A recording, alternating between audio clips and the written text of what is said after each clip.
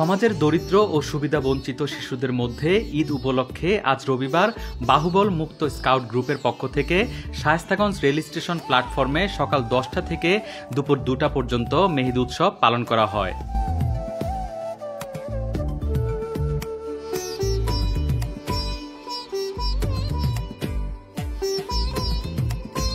মূলত ঈদের আনন্দ ভাগাভাগি করার জন্যই সুবিধাবঞ্চিতদের সাথে কিছুটা আনন্দঘন মুহূর্তের সময় পার করে উক্ত স্কাউট গ্রুপটি। শুধু তাই নয়, ঈদের রঙিন মেহেদিতে সুবিধাবঞ্চিত শিশুদের হাতে যেন ফুটে উঠেছে অনেক সুন্দরভাবে।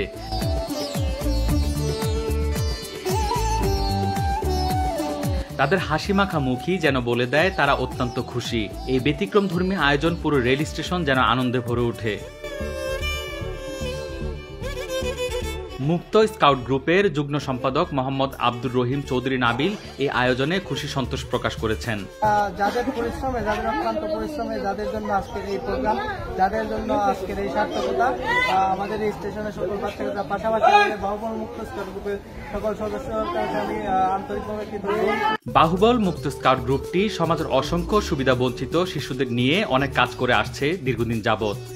বাহুবল শায়েস্তাগঞ্জের ইসলামিয়া একাডেমির শিক্ষক আমিনুল ইসলাম উক্ত আয়োজনে ঈদের শুভেচ্ছা বিনিময় করেন। সবাইকে ঈদ মোবারক। আমি প্রথমে অভিনন্দন জানাচ্ছি বাহুবল মুক্ত স্কাউটের সদস্যবৃন্দকে। তো আজকে বাহুবল মুক্ত স্কাউটের আয়োজনে সুবিধাবঞ্চিত শিশুদের একটু আনন্দ দেওয়ার জন্য এই মেহেদি উৎসবের আয়োজন করেছে। ঈদ মানে খুশি, ঈদ মানে আনন্দ, এই স্লোগান বাস্তবায়নে বঞ্চিত শিশুদের মাঝে বক্তব্য তুলে ধরেন গ্রুপটির সহসভাপতি অ্যাডভোকেট প্রমোদ সরকার। ঈদ মোবারক।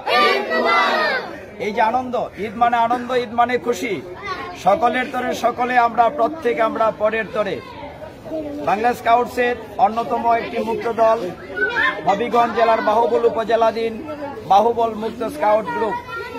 আপনারা জানলে খুশি হবেন, আজকে দীর্ঘদিন ধরে 5-6 বছর ধরে বাহুবল মুক্ত স্কাউট গ্রুপ এই শায়েস্তাগঞ্জ রেলওয়ে জংশনে সুবিধাবঞ্চিত তথা পথকলীদের মধ্যে ঈদের আনন্দ ভাগাভাগি করার জন্য মেহেদি উৎসব করে আসছে। প্রতি বৎসরের ন্যায় আজকে তারা সবাইকে ঈদের রঙে রাঙিয়ে দিচ্ছে, অর্থাৎ মেহেদি রাঙিয়ে দিচ্ছে। এছাড়াও উক্ত আয়োজনে উপস্থিত ছিলেন গ্রুপটির ইউনিট লিডার ইরশাদ খানম ও জয় সূত্রধর ও এলাকার গণ্যমান্য ব্যক্তিবর্গরা।